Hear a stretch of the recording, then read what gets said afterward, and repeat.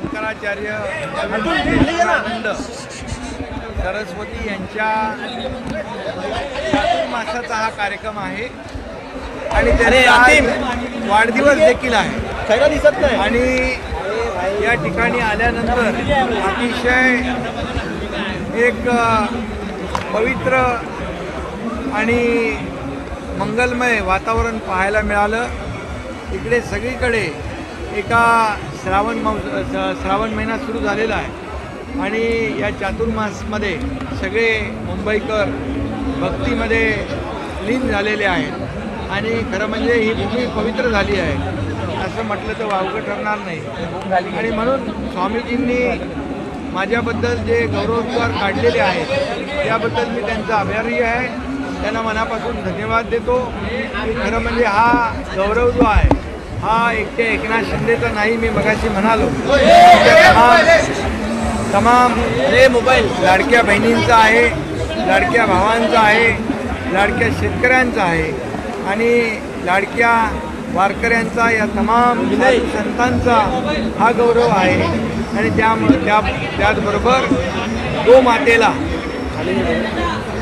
राज्यमाता मानणाऱ्यांचा आहे आणि म्हणून मी त्यांचा खूप खूप आभारी आहे। खरं म्हणजे हजारो भाविक इथे येत आहेत, दररोज त्यांचं प्रवचन ऐकत आहेत। इथे होम हवन सुरू आहे आणि जवळपास 33 करोड या ठिकाणी गोमातेला आहुत्या दिल्या जाणार आहेत आणि हे अतिशय पवित्र आणि हे असं मंगलमय हे वातावरण पाहून प्रत्येकाचं मन भारावून जातं आहे। इथे जवळपास 500 विद्यार्थी वेधशाळेतले आले आहेत आणि वेद शिक्षण देण्याचं देखील या ठिकाणी शंकराचार्यांचा जे काही उद्देश आहे तो उद्देश देखील सफल होईल। आणि खऱ्या अर्थाने त्यांचा उद्देश एकच आहे की या देशातली जनता सुखी होऊ दे, समृद्ध होऊ दे। तसंच आमच्याही मनामध्ये आहे कि महाराष्ट्र सुखी समृद्धि आनंदी हो। सर हिंदी में जानना चाहेंगे आप, जानना चाहेंगे कि आप आज शंकराचार्य को मिलने आए थे, आपको गाँव में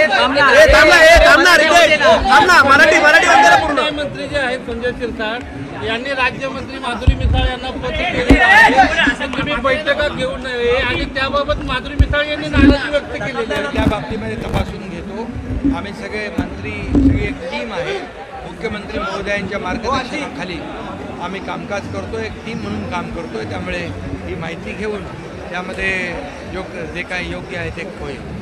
हिंदी में जानना चाहेंगे आरोपी अटक झाला आहे, त्याचा संबंध तुमच्या पक्षाशी जोडला जातो, संजय राऊतांनी आरोप। अरे ज्याचं तोंड मिठीमध्ये गाळामध्ये गेलं आहे, जे गाळामध्ये रुतलेले आहे, या रस्त्यामध्ये खड्ड्यामध्ये पैसे खाणारे लोक आहेत, हे कोविडच्या खिचडीमध्ये चोरी करणारे लोक आहेत, लोकांच्या तोंडातला घास पळवणारे लोक आहेत, त्यांनी काय आम्हाला शिकवावं? जो झारखंडमध्ये जे काही गुन्हा असेल, जे काही घोटाळा असेल त्याची चौकशी सरकार करेल आणि दूध का दूध पाणी का पाणी होईल।